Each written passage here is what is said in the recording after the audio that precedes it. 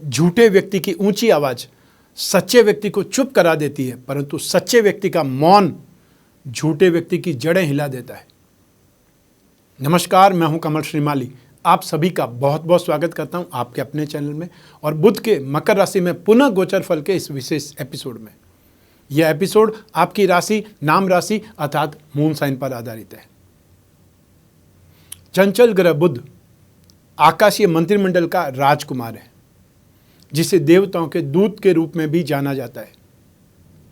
तटस्थ ग्रह, न्यूट्रल ग्रह बुध जिस भी ग्रह के साथ में युति करता है उस ग्रह के अनुसार ही व्यवहार करने लग जाता है। बुध को ज्योतिष शास्त्र में काफी अहम माना जाता है। बुध की कृपा से ही जातक विद्वान होता है, उसकी तर्क क्षमता मजबूत होती है, संचार कौशल में बेहतर होता है।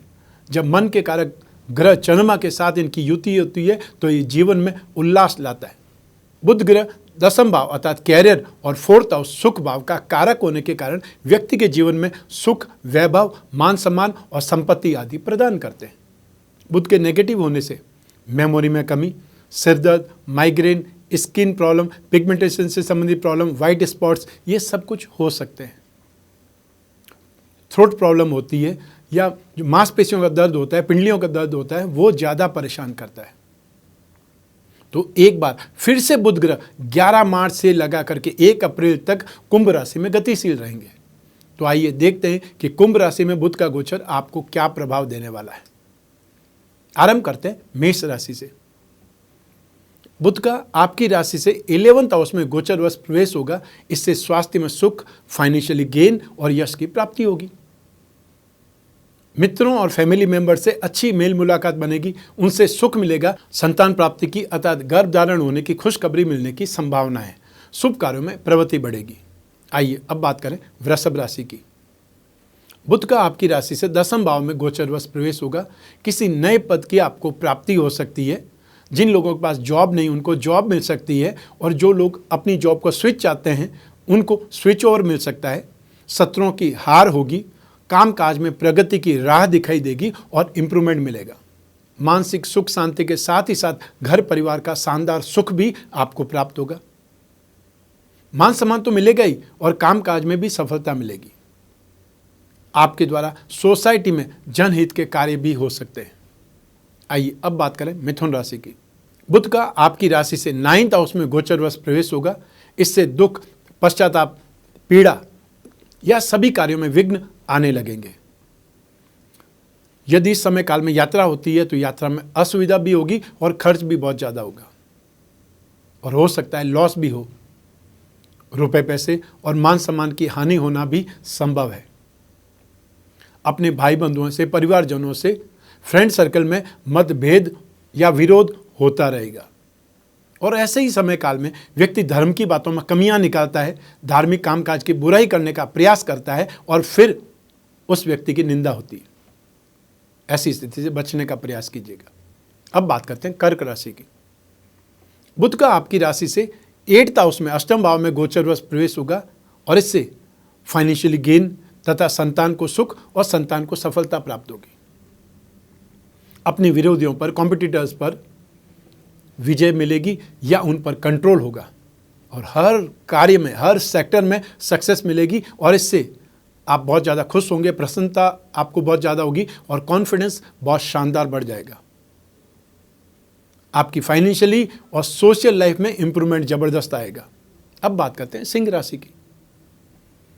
बुध का आपकी राशि से 7th हाउस में गोचरवश प्रवेश होगा। इससे शरीर निस्तेज, एनर्जी की कमी और शरीर में दर्द होने लगेगा। जीवन साथी और परिवार से विवाद हो सकता है। मित्रों या संबंधियों से, परिवारजनों से भी अनबन बनी रहेगी या अनबन होने लगेगी। गवर्नमेंट की ओर से भी कोई न कोई नोटिस का, कोई न कोई पनिशमेंट का डर लगा रहेगा और ऐसे में रुपए पैसे का नुकसान भी हो सकता है। यात्राओं में या बिजनेस में गेन नहीं मिल पाएगा और ऐसे में आप चिंताग्रस्त ज़्यादा रहेंगे।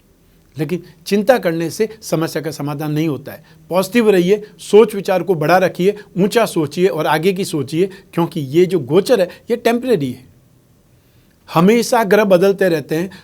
समटाइम्स बहुत अच्छे ग्रहों की स्थिति के कारण शानदार गेन हो जाता है तो कई बार 2 या 2 से ज़्यादा ग्रह एक साथ में नेगेटिव होने से नुकसान भी हो सकता है।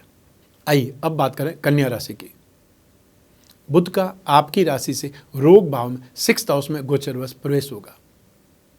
इससे फाइनेंशियली गेन, शानदार शॉपिंग, इन सब की खुशी मिलेगी या फिर गेन होगा। अच्छी मनोरंजक, ज्ञानवर्धक फिल्में देखने का, साहित्य पढ़ने का या ऐसी मेल मुलाकात का अवसर मिलेगा। विरोधियों को परास्त करने का, हराने का भी सुख मिलेगा और सभी लोग आपका मान सम्मान करेंगे। अच्छी शारीरिक और मानसिक एनर्जी का सुख प्राप्त होगा। जो राइटर हैं, जो म्यूजिशियन हैं, जो कुछ क्रिएटर काम करते हैं या कॉमेडियन हैं, स्टेज आर्टिस्ट हैं, उनको बहुत ख्याति मिलने वाली है, उनकी गुडविल भी बहुत बढ़ने वाली है, नेम फेम बहुत शानदार मिलने वाला है। आइए अब बात करें तुला राशि की। बुध का आपकी राशि से 5th हाउस में शिक्षा और संतान भाव में गोचरवश प्रवेश होगा। इससे मेंटली डिस्टर्ब होने लगेंगे, दुखी होने लगेंगे, उलझन में कसमकस ये सब बढ़ जाएगी और अपने प्लानिंग पर, प्रोजेक्ट पर की हुई मेहनत सफल नहीं हो पाएगी। ऑब्स्टेकल्स बहुत ज़्यादा आएंगे। संतान या जीवन साथी से मनमुटाव हो सकता है। फाइनेंशियल सेक्टर में भी एक प्रकार से क्रंच आ सकता है, बहुत परेशानी हो सकती है। घर के बाहर या अपनी रेंज के बाहर लोगों से प्रेम वार्ताएं तो होगी, कुछ न कुछ आगे भी बढ़ने की कोशिश करेंगे परंतु असफल ही रहेंगे। अब बात करते हैं वृश्चिक राशि की। बुध का आपकी राशि से 4th हाउस में सुख भाव में गोचरवश प्रवेश होगा और इससे फाइनेंशियल गेन की प्राप्ति होगी, रुपए पैसे की प्राप्ति होगी, या फिर ये बोल सकते हैं कि फाइनेंशियल थोड़ा स्मूथनेस आ जाएगी, कामकाज अच्छा चलने लगेगा। अपनी माता जी को भी सुख और आराम दे पाएंगे। जमीन जायदाद में भी कुछ इम्प्रूवमेंट कर पाएंगे या अच्छे लोगों से, विद्वान लोगों से, उच्च अधिकारियों से, सीनियर लोगों से, या फिर ये बोल सकते हैं जो रुतबेदार लोग होते हैं उनसे सर्कल बढ़ेगा, फ्रेंडशिप बढ़ेगी, जान पहचान बढ़ेगी। घर गृहस्थी का सुख भी अच्छा मिलेगा। आइए अब बात करें धनु राशि की। बुध का आपकी राशि से 3rd हाउस में पराक्रम भाव में गोचरवश प्रवेश होगा। इससे आपको भय लगा रहेगा, आपके कॉन्फिडेंस में कमी आ जाएगी, डेयरिंग में कमी आ जाएगी, साहस में कुछ वीकनेस आ जाएगी।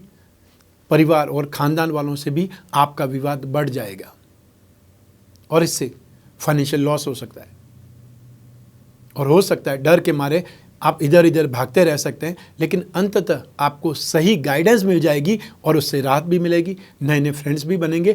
क्योंकि जब नेगेटिव टाइम पीरियड होता है, जब मुसीबत होती है, तभी लोगों का पता चलता है और तभी जो लोग साथ देते हैं वो ही सही मायने में फ्रेंड्स होते हैं। आइए अब बात करें मकर राशि की। बुध का आपकी राशि से 2nd हाउस में गोचरवश प्रवेश होगा और इससे आनंद की वृद्धि होगी, कुछ न कुछ शॉपिंग होगी, रत्न आभूषणों की प्राप्ति हो सकती है, ऑर्नामेंट्स खरीद सकते हैं। अपनी बोलने के स्टाइल से आप अच्छा पैसा कमा सकते हैं। शिक्षा में उन्नति भी होगी, अच्छे खाने पीने से इंटरेस्टेड रहेंगे या अच्छी पार्टी बाजी में आपका इंटरेस्ट बढ़ेगा, रुचि बढ़ेगी।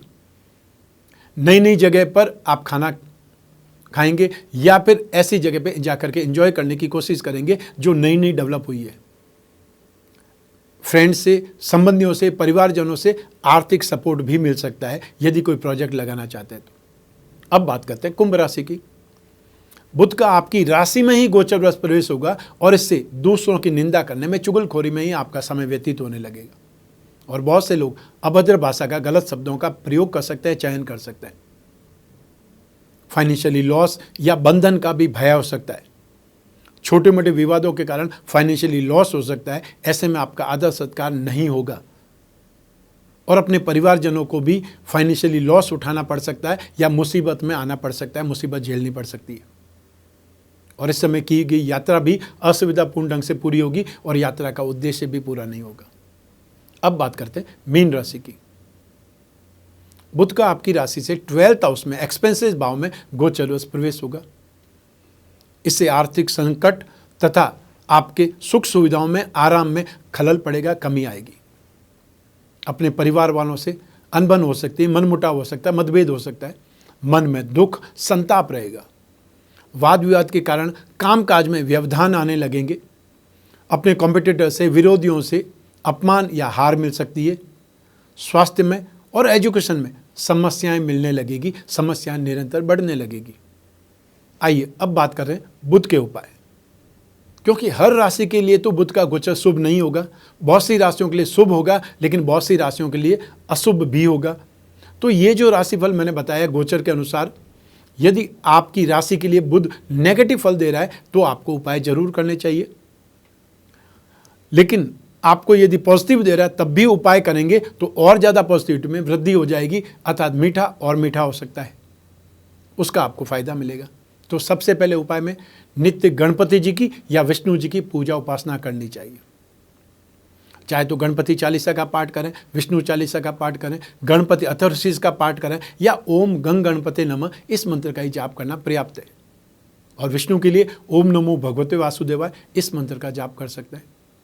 जो व्यक्ति कर्ज में फंसे हुए हैं, कर्ज से पीड़ित हैं, कर्ज से राहत के लिए गणपति की पूजा अभिषेक रोजाना करके दूर्वा जरूर चढ़ानी है। नित्य शालिग्राम भगवान का पूजन करके उनके ऊपर तुलसी पत्र जरूर चढ़ाएं और वो तुलसी पत्र सेवन करें प्रसाद के रूप में। हर बुधवार को हरे साबुत मूंग, मूंग की दाल, हरी वस्तुएं, हरी सब्जी, हरे फलों का दान करना शुभ रहेगा।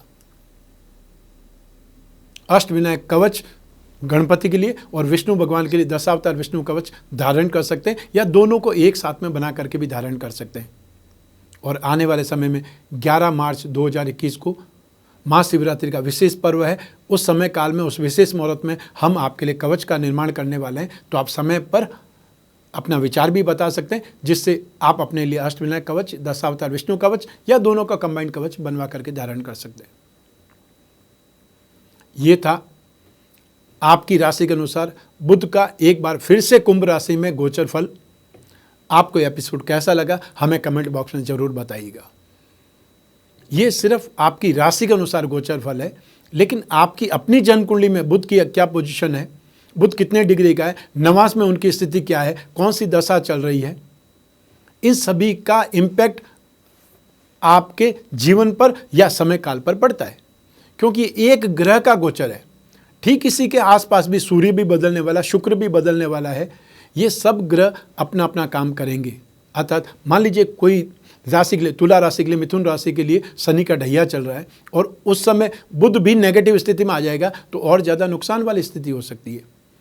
तो यदि आप अपनी जन्म कुंडली के अनुसार ये गोचर फल जानना चाहते हैं या अपनी समस्याओं का समाधान चाहते हैं, कोई जिज्ञासा है, कोई भ्रांति है, उसके बारे में पूछना चाहते हैं, या कोई बहुत बड़ा काम करना है आपको, उसमें आपको रिस्क लग रही है, तो रिस्क मैनेजमेंट के लिए आप अपनी जन्म कुंडली से विश्लेषण करा सकते हैं। समय से पहले जानना समझदारी है, समय के बाद में जानना समझदारी नहीं कही जाती है। एक्सीडेंट हो गया उसके बाद में ज्योतिषी कुछ नहीं करेगा, उसके लिए तो डॉक्टर ही जिम्मेदार बनेगा, डॉक्टर के पास में जाना पड़ेगा। संतान घर से भाग गई है तो उस समय ज्योतिष के पास कुंडली दिखाने से क्या होगा। समय से पहले यदि आप कोई रोकथाम कर सकते हैं तब आप उसको सही ढंग से विश्लेषण मान सकते हैं, उपाय मान सकते हैं, या जो ज्योतिष है उसका फायदा उठाने की स्थिति मान सकते हैं। सांप निकल जाने के बाद में लकीर पीटने को समझदारी नहीं कहते हैं। बहुत छोटे से सेंटेंस में मैंने आपको सब कुछ समझा दिया है, अब विचार आपको करना है। घर बैठे आप अपनी जन्म कुंडली के द्वारा विश्लेषण प्राप्त कर सकते हैं, समस्याओं का समाधान प्राप्त कर सकते हैं, जो आप पूछना चाहते हैं वो पूछ सकते हैं। और इसके लिए स्क्रीन पर दिए हुए नंबर पर संपर्क करना है, अपॉइंटमेंट फिक्स करना है, एक छोटा सा प्रोसीजर होगा, वो प्रोसीजर फॉलो करना है। फिर आप और मैं ही फ़ोन पर होंगे आपकी कुंडली का विश्लेषण करने के लिए, बीच में कोई तीसरा नहीं होगा, और आपकी जो भी पर्सनल से पर्सनल प्रॉब्लम है वो भी आप शेयर करके उसका समाधान प्राप्त कर सकते हैं। और जो महानुभाव फेस टू फेस मिलना चाहते हैं उनके लिए ये इन्फॉर्मेशन है, इम्पॉर्टेंट एक प्रकार से इन्फॉर्मेशन है कि बहुत लंबे समय के बाद में फिर से एक बार शेड्यूल बन रहा है। 12, 13 और 14 मार्च को मैं मुंबई में मिलूँगा, 17 और 18 मार्च को मैं दिल्ली में मिलूँगा, और 19, 20, 21 मार्च को मैं कोलकाता में मिलूँगा। ये सब तीनों जगह ऑफिस है और उन ऑफिस में ही मुलाकात होगी। मैं हमेशा की तरह कामना करना चाहता हूँ कि आप स्वस्थ रहें, प्रसन्न रहें और सुरक्षित रहें। अपने और अपने परिवार का बहुत बहुत ख्याल करें, स्पेशली छोटे छोटे बच्चों का और घर के बुजुर्गों का। और हाँ, अपनी गृह लक्ष्मी का, घर की महिलाओं का भी बहुत ज़्यादा ख्याल करें, बहुत ज़्यादा सम्मान करें। आप सभी को मेरा नमस्कार, बहुत बहुत शुभकामनाएं। ईश्वर आपकी रक्षा करे, गणपति बप्पा आपकी रक्षा करे। बहुत बहुत धन्यवाद।